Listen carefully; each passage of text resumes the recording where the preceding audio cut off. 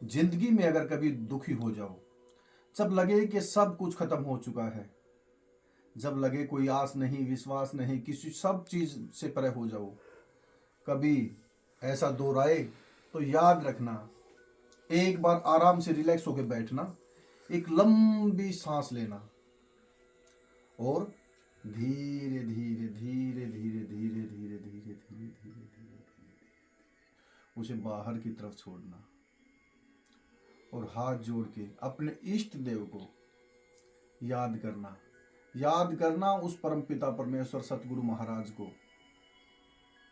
आपको नहीं पता, वो हर समय आपके साथ खड़े रहते हैं, लेकिन आप उन्हें देख नहीं पाते, आप उन्हें बुलाते नहीं, आप उन्हें याद नहीं कर पाते। कभी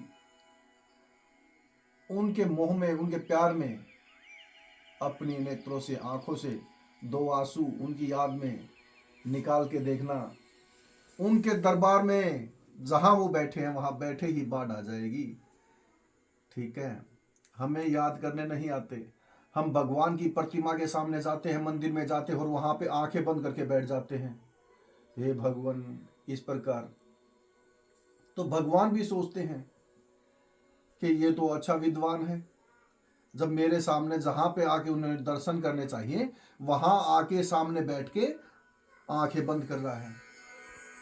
जबकि सही क्या है, सबसे पहले हमें भगवान के सामने जाके दंडोत करना चाहिए, नमस्ते करनी चाहिए, और सबसे पहले हमारे जो नेत्र हैं उनके चरणों की तरफ, फिर ऊपर ऊपर ऊपर, फिर फेस की तरफ, यूं देख के बोलना, प्रार्थना करना मन ही मन में, उसे कहते हैं सही प्रार्थना।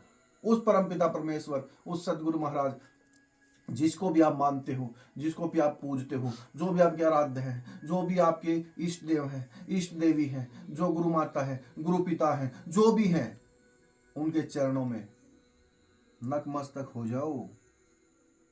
दिल से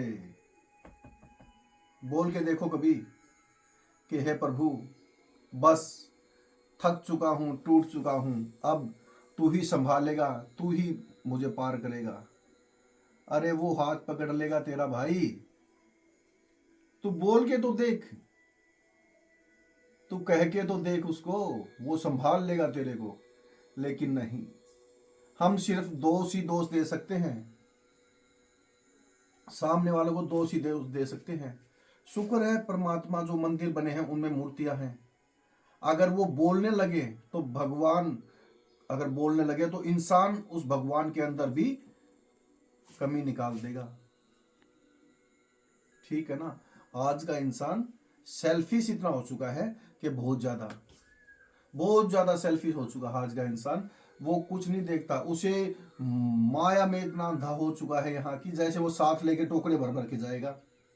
मकान बना दिया, सारी उम्र पैसे कमाए, जोड़े, धन दौलत सब कुछ जोड़े, मकान बना दिया, कुछ समय जब तक वो मकान बनता, कुछ समय बाद उसकी जिंदगी पूरी हो जाती, फिर वो चलते बनता है। क्या मकान को लेके गया? नहीं। दुनिया से जितनी दौलत कमाई उनमें से कुछ चंद सिक्के, एक सिक्का ही लेके गया? नहीं। फिर क्यों उस माया के पीछे बावला है, पागल है, जो तुम्हें भटका रही है। अगर तुम सोचते हो तुम दुखी हो तो दुखी होने का कारण भी अपने अंदर ढूंढो, जरूर मिलेगा। अगर तुम सोचते हो दुखी हो तो वो दुखी होने का कारण भी तुम्हारे अंदर ही मिलेगा।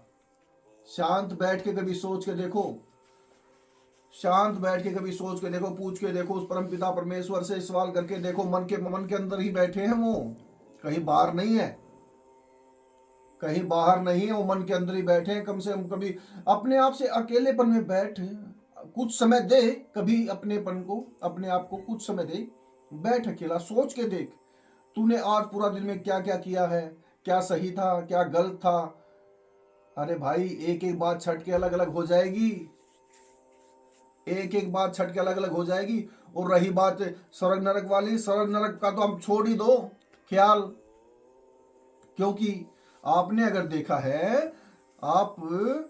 देखा है तो आपके गांव में, आपके आस पड़ोस में, आपके शहर में चाहे जितना भी निकम्मा आदमी हो, चाहे जितने भी बुरे कर्म कर रखे हों, चाहे वो जो कुछ भी हो, चाहे वो कितना भी खराब इंसान हो, लेकिन वो जाएगा स्वर्ग में, ये पक्का है, डेफिनेटली ये श्योर है। वो नरक में नहीं जाएगा। क्योंकि अगर वो कभी एक्सपायर हो गया, मर गया, गुजर गया, चल बसा, तो उसके अगर घर पे जाओगे और मूर्ति, उसकी फोटो लगी, उस पर लिखा मिलेगा स्वर्गीय फलाना ढमका। आज तक मैं जहां भी गया हूं, जो भी मैंने देखा है, किसी ने नहीं लिख रखा कि नरकीय है, सबने स्वर्गीय लिख रखा है। मतलब सबका पक्का है, स्वर्ग तो जाना ही जाना है, उसको कोई टाल नहीं सकता, स्वर्ग पक्का है। कहीं भी चले जाओ, कोई भी गुजर गया, चाहे कितना निकम्मा हो, चाहे कितना अच्छा हो, सबकी फोटो के नीचे सुनहरे शब्दों में लिखा मिलेगा आपको, स्वर्गीय श्रीमान जी, स्वर्गीय श्रीमती जी। ये चीज आपको बखूबी मिलेंगी। तो स्वर्ग तो पक्का है, स्वर्ग तो पक्का है। और अगर ना भी पक्का होगा, अगर थोड़ी बहुत त्रुटि रह जाएगी, तो हमारे पंडित जी बैठे हैं जो मरने के बाद तो गारंटी लेते हैं, गया जाओ, पिंडदान करो, स्वर्ग में चले जाएंगे, ये करो, स्वर्ग में चले जाए। मरने के बाद की गारंटी लेते हैं, जीते जी की गारंटी नहीं है, मरने के बाद गारंटी लेते हैं, ये करो, दान पुण्य करो, ये करो। तो भाई स्वर्ग तो पक्का है तुम्हारा, डरो मत, स्वर्ग तो पक्का है। अरे संभलो इंसान, संभलो। परमात्मा ने हम जीवों को बुद्धि देके, सद्बुद्धि देके आजाद कर दिया। परमात्मा ने हम जीवों को सद्बुद्धि देके आजाद कर दिया है, क्योंकि हम इस बुद्धि से अपना अच्छा भी सोच सकते हैं, बुरा भी सोच सकते हैं। लेकिन हम सोचते क्या हैं, वो हम पे है। हम सोचते क्या है, अपना अच्छा ही सोचते हैं। जैसे हमारी इंद्रियां, हमारे कान हैं, कानों को क्या अच्छा लगता है, हमारी बढ़ाई और दूसरे की बुराई। आंखें हैं, आंखों को क्या अच्छा लगता है, आंखों को अच्छा लगता है कि आप दूसरी चीजों को देखो, अट्रैक्शन बने जिससे, ठीक है ना।